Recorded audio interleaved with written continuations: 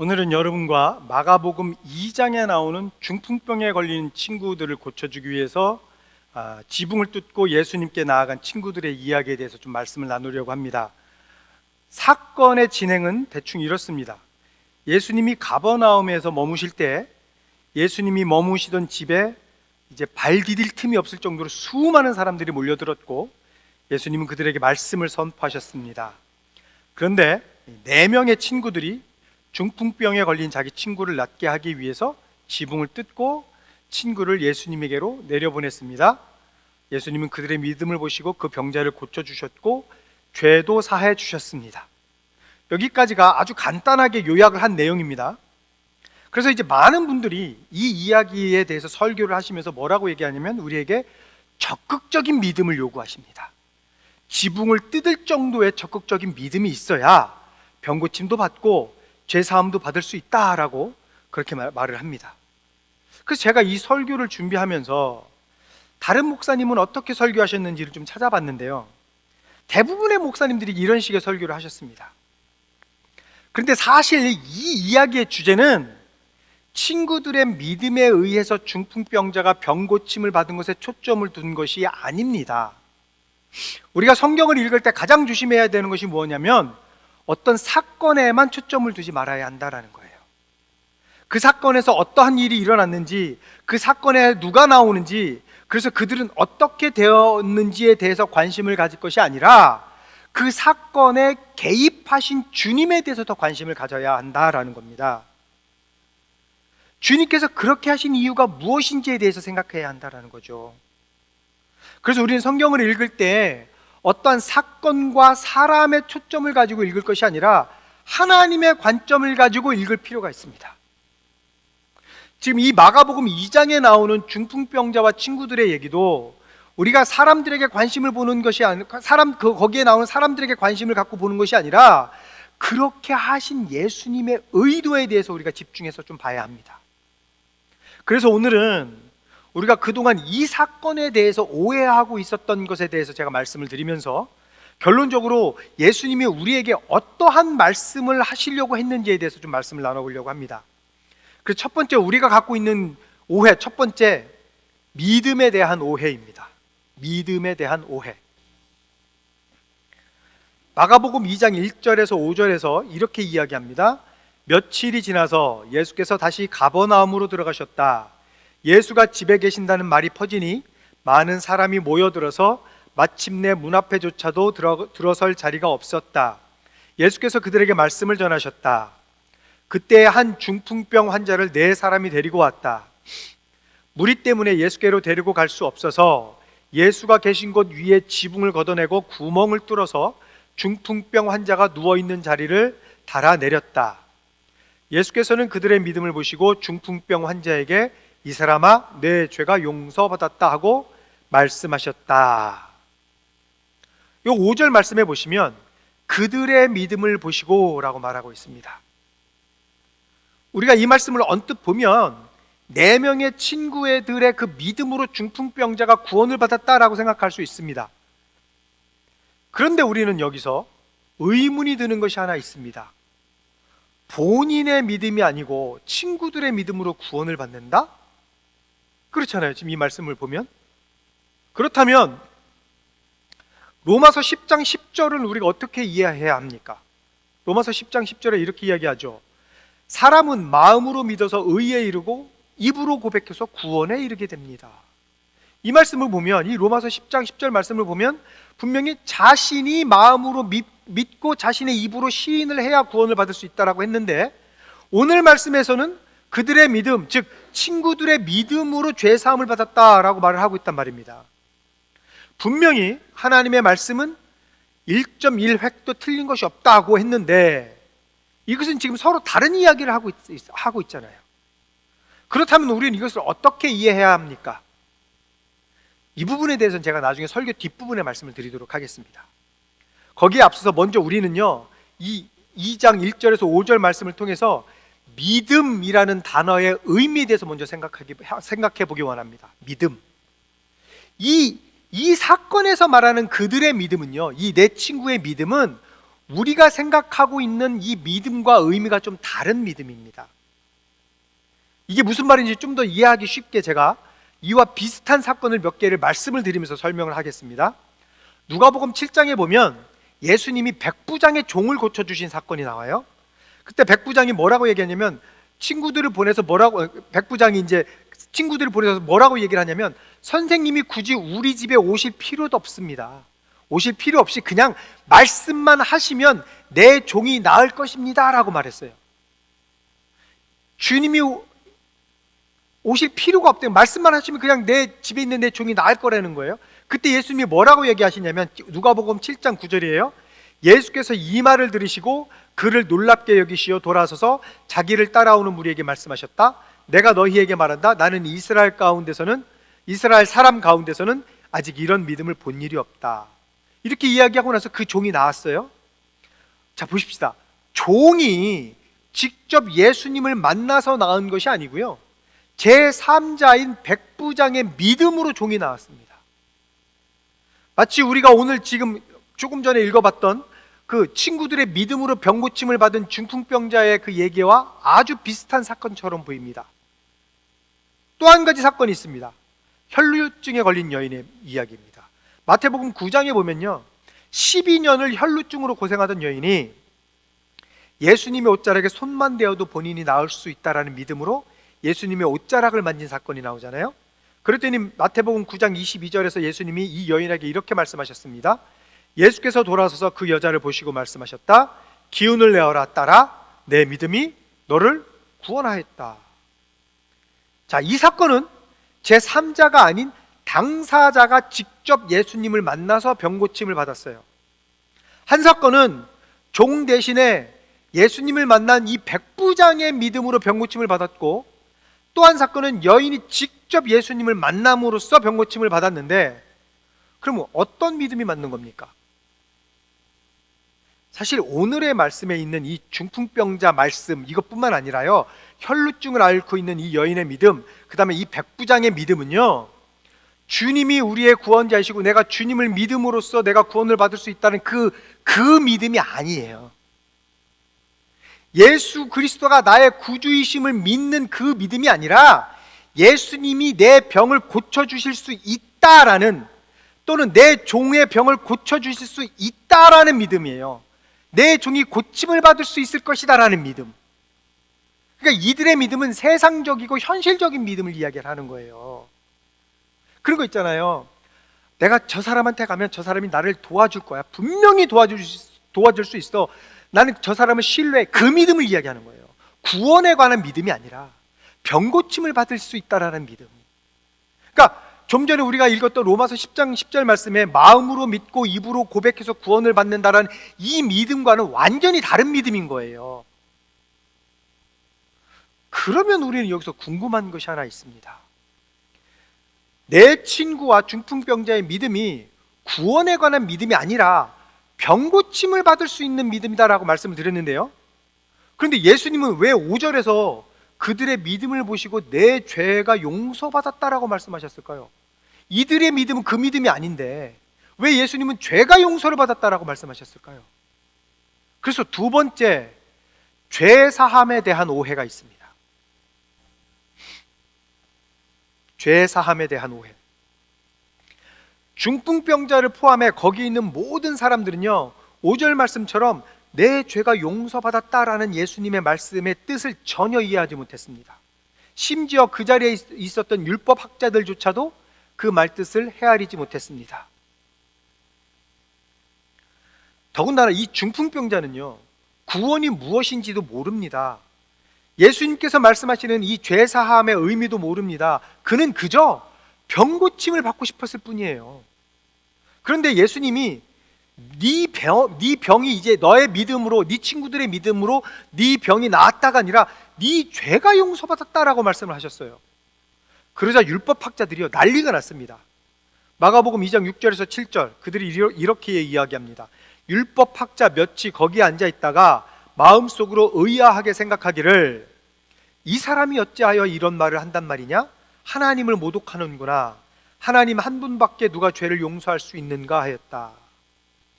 율법학자들이요, 여러분, 지금 이렇게 이야기를 했다고 해서요, 그들이 정말로 신실하게 하나님에 대한 믿음을 가지고 있고 정말로 하나님만이 죄를 사해 주시는 분이다라고 그렇게 생각하고 있구나라고 그렇게 생각하시면 안 됩니다. 그거 큰 오해입니다. 왜 이들이 이렇게 얘기를 하냐면요, 유대교 전통에 의해서 죄를 사해 주는 제사장밖에 없어요. 죄를 사해 줄 수 있는 사람은. 그래서 우리가 구약 성경을 보면 대제사장이요, 그 백성들의 죄를 가지고 지성소로 들어가잖아요. 그 지성소는 대제사장밖에 못 들어가잖아요. 그래서 이 이스라엘 백성들의 죄를 갖고 하나님 앞에 나아가서 주님 앞에 그 이스라엘의 백성들의 죄를 고백하고 대신 이야기하고 사해 주십시오라고 이야기해서 하나님이 그 죄를 용서해 주시면 대제사장이 걸어 나오고, 하나님이 용서하시지 않으면 그 자리에서 대제사장이 죽잖아요. 그럼 이스라엘 백성들은 어떻게 합니까? 대제사장 몸에 밧줄을 묶잖아요. 그래서 시간이 지났는데도 이 대제사장이 안 나오면 밧줄을 끈다고요. 그래서 끌고 나오잖아요. 이 지성소에 대제사장이 아닌 다른 사람이 들어가면 가는 즉시 죽잖아요. 그게 유대교 전통이란 말이에요. 그래서 이 율법학자들이 지금 이스라엘 백성들에게 이야기하는 게 뭐냐면, 그 죄를 사해 줄 수 있는 권리, 하나님의 말씀을 통해서 하나님과 직접 접촉해서 너희들의 죄를 사해 줄 수 있는 이 능력은 나밖에 없는데 우리 율법학자들밖에 없다라는 그 얘기를 하고 있는 겁니다. 이게 그러니까 사람들이 죄를 지으면 예물을 가지고 성전에 나와서 제사를 드리고 하나님으로부터 제사함을 주는 권한을 내가 위임을 받았다라고 그렇게 제사장들이 이야기를 하고 있는데, 이렇게 종교적인 전통에 푹 빠져서 이렇게 살고 있는데, 그들은 그것을 이용해서 자신의 부귀와 영화를 누리고 있는 자들이란 말입니다.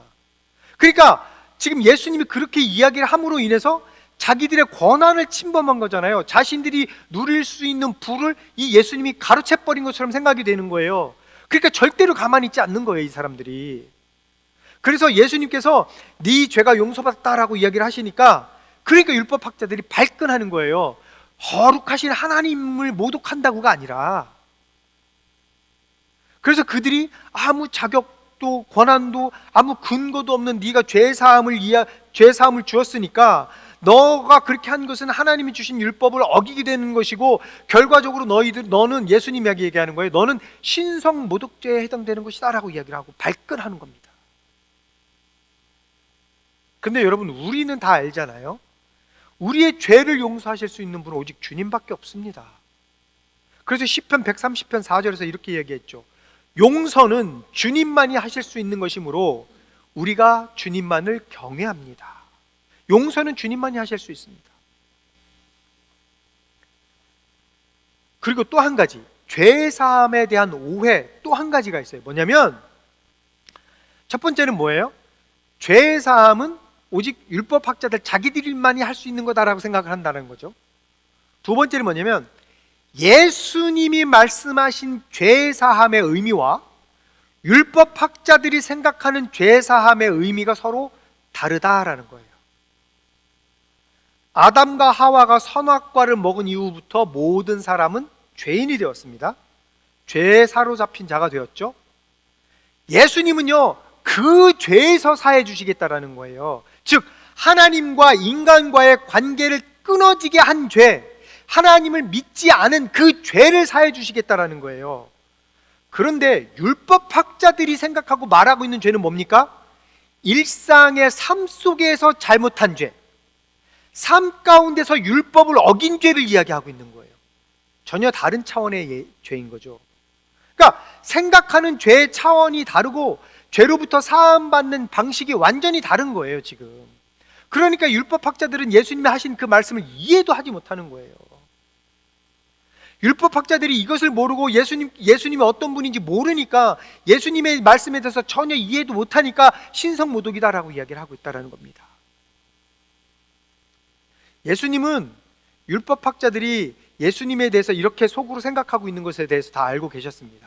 그래서 마가복음 2장 8절에서 9절에서 율법학자들에게 예수님이 이렇게 얘기하셨죠. 예수께서 그들이 속으로 이렇게 생각하는 것을 곧바로 마음으로 알아채시고 그들에게 말씀하셨다. 어찌하여 너희는 마음속에 그런 생각을 품고 있느냐? 중풍병 환자에게 내 죄가 용서받았다 하고 말하는 것과 일어나서 내 자리를 걷어서 걸어가거라 하고 말하는 것 가운데서 어느 쪽이 더 말하기가 쉬우냐? 율법학자들이 병든 자의 병을 고쳐주는 것이 쉽습니까? 죄사함을 받았다라고 말해주는 것이 쉽습니까? 그들에게 있어서는요, 죄를 사해주는 일이 훨씬 더 쉬울 것입니다. 그들은 중풍병자를 일어나게 하고 걷게 할 수 있는 능력이 없습니다. 그들에게는 불가능한 일입니다. 그들이 무슨 능력이 있어서 중풍병자를 고쳐주고 걸어가게 할 수 있겠습니까? 의사도 아닌데. 그들의 능력과 재주로는 도저히 할 수 없는 일입니다. 그러나 그들이 죄를 사해주는 일은 정말로 쉬운 일입니다. 그들에게 있어서. 왜냐하면 죄를 사해주는 일은 자신들이 일하던 성전에서 일상적으로 해왔던 일이에요. 그냥 누군가가 성전에 와서 이야기를 하면 제사장이 그저 몇 마디 말만 해주면 끝이 나는 거예요. 네 죄가 용서받았다. 그러면 끝나는 거예요. 그러면 진짜 그 사람들이 죄사함을 받았는지 안 받았는지 눈으로 확인도 할 수 없는 일이잖아요. 어떻게 확인을 합니까? 그냥 말만 몇 마디 하고 그러면 끝나는 거예요. 그리고 그 대가로 이득을 취하고 있었잖아요. 그래서 예수님이 이 율법학자들의 거짓 행태를 꼬집기 위해서 5절에 네 죄가 용서받았다라고 말씀하신 겁니다. 어떻게 다른 사람의 믿음으로 내가 구원을 받을 수 있습니까? 그런 논리라면, 만약에 다른 사람의 믿음으로 내가 구원을 받을 수 있는 논리라면, 우리가 열심히 예수 믿으면, 내가 열심히 예수 믿으면 내 자녀가 구원받을 수 있습니까? 아니잖아요. 그건 아닙니다. 그렇기 때문에 설교 처음에 우리가 읽어봤던 로마서 10장 10절 말씀처럼 본인이 마음으로 믿고 입으로 고백함으로 받는 죄사함의 그 구원과 여기서 말하는 믿음의 의미가 그래서 다른 겁니다. 그리고 우리는요, 지금 실제로 이 중풍병자가 구원을 받았는지 안 받았는지 몰라요. 왜냐면 12절에 보면 이 중풍병자가요, 자리를 걷어서 나갔다라는 말씀은 있는데 그 이후로 그 사람이 예수님을 믿었다라는 말은 없어요. 몰라요, 우리는. 그렇다면 예수님은 왜 중풍병자를 고쳐주신 것일까요? 왜? 세 번째, 병고침에 대한 오해입니다. 병고침. 그 당시 유대인들이 갖고 있는 생각이 뭐냐면요, 병을 갖고 있다라는 것은 그 사람의 죄 때문이다라고 이야기를 합니다. 그런데 죄 때문에 중풍병이 생겼다는 이 유대인들의 이 생각은 성경에서 말하는 죄의 원인이 아닙니다. 다시 말해서 하나님이 인간의 죄를 다루시는 그 원리가 아니다라는 말이에요. 예수님은요, 분명히 죄 때문이 아니다라고 요한복음 9장 2절에서 3절에서 이렇게 말씀하셨습니다. 제자들이 예수께 물었다. 선생님, 이 눈먼 사람으로 태어난 것이 누구의 죄 때문입니까? 이 사람의 죄입니까? 부모의 죄입니까? 예수께서 대답하셨다. 이 사람이 죄를 지은 것도 아니고 그의 부모가 죄를 지은 것도 아니다. 하나님께서 하시는 일들을 그에게서 드러내시려는 것이다. 죄 때문이 아니고요, 병자를 통해서 하나님을 드러내시기 위함이다 라고 말씀하고 있는 거예요. 이게 바로 예수님이 중풍병자에게 죄가 용서받았다라고 말씀하신 후에 그의 병을 고쳐주신 이유입니다. 그래서 그 다음 구절인 10절과 11절에서 예수님이 이렇게 말씀하셨습니다. 그러나 인자가 땅에서 죄를 용서하는 권세를 가지고 있음을 너희에게 알려주겠다. 예수께서 중풍병 환자에게 말씀하셨다. 내가 네게 말한다. 일어나서 내 자리를 걷어서 집으로 가거라. 그러니까 예수님이 땅에서 죄를 용서하는 권세가 있음을 너희들이 알아라. 그것을 알게 하기 위해서 이 병자를 고쳐주신 것이다라는 말이에요. 이 말씀이 오늘 설교의 말씀의 핵심입니다. 이 말씀이. 즉 예수님이 어떠한 분이신지 알려주시기 위함이다라는 겁니다. 그러니까 예수님은요, 당신이 어떠한 분이신지 세상 사람들에게 알려주시기 위해서 중풍병자의 병을 고쳐주신 거예요. 그리고 이 땅에서 죄를 용서하실 수 있는 권세가 있으신 분이 오직 예수님밖에 없다라는 것을 알리기 위해서 중풍병자의 병을 고쳐주신 거죠. 어떠한 그 사람의 죄 때문이 아니라. 율법학자들은 할 수 없는 그 병을 고쳐주심으로써 사람들이 예수님을 알게 하시고자 하는 그 의도였다는 겁니다. 하나님을 알게 하시겠다라는 거예요. 그를 보내신 하나님을, 하나님의 원리와 가치를, 하나님의 나라를, 그런 모든 것들을 사람들로부터 알게 하시려고, 하나님의 목적은요, 사람들로 하여금 하나님을 알게 하는 거예요. 이게 하나님의 목적이에요. 그래서 예수님을 이 땅에 보내셨어요. 그래서 요한복음 17장 3절에서 예수님이 이렇게 말씀하셨습니다. 영생은 오직 한 분이신 참 하나님을 알고 또 아버지께서 보내신 예수 그리스도를 아는 것입니다. 알으라는 거예요. 알으라는 거예요. 예수님을 알고 하나님을 아는 자만이 구원을 받을 수 있고 죄 용서함을 받을 수 있다라는 겁니다. 그래서 에베소서 4장 13절에서 바울이 이렇게 이야기했습니다. 그리하여 우리 모두가 하나님의 아들을 믿는 일과 아는 일에 하나가 되고 온전한 사람이 되어서 그리스도의 충만하심의 경지에까지 다다르게 됩니다. 그러니까 이 중풍병자와 친구들의 얘기는요, 다른 많은 분들이 이야기했던 것처럼 지붕을 뜯을 만큼 적극적인 믿음이 있어야 병고침도 받을 수 있고 구원도 받을 수 있다가 아닙니다. 더더군다나 친구들의 믿음으로 죄사함을 받는다는 것은 그건 더더욱 아닙니다. 다시 말씀을 드립니다만 예수님이 이 중풍병자를 고쳐주신 이유는 당신이 누구인지 세상에 알리기 위함, 그겁니다. 말씀을 마치겠습니다. 예수님이 이 사건을 통해서 우리가 깨닫기 원한 것은 단 하나입니다. 바로 예수님이 구세주라는 것을 알게 하기 위함입니다. 적극적인 믿음을 통해서 복도 받고 병고침도 받고 죄사함을 받을 수 있다가 아닙니다. 또는 주위의 믿음 좋은 친구들을 통해서 구원을 받을 수 있는 것도 아닙니다. 설교 맨 처음에 말씀드렸던 것처럼 어떠한 사건이 어떻게 이루어졌는지, 결과는 어떠한지 사건에만 집중해서 보는 것이 아니라 그 사건을 통해서 하나님이 우리에게 말씀하시고자 하는 것이 무엇인지, 그 일을 이루시는 주님이 어떠한 분이신지에 대해서 우리가 초점을 맞춰서 봐야 합니다. 그러한 마음으로 볼 때 우리 믿는 자들이 가장 우선적으로 해야 할 것은 하나님의 마음을 알려고 해야 합니다. 그리고 주님의 관점에서 바라봐야 합니다. 그리고 그걸 통해서 벌어지는 모든 일들을 통해서 우리는 주님을 알아가야 합니다. 그래서 모든 일에서 주님을 알아가고 그렇게 알아가는 일에 같이 다 하나가 되고 온전한 사람이 되셔서 그리스도의 충만하심의 경지에까지 다다르는 여러분이 되시기를 예수님의 이름으로 축복합니다.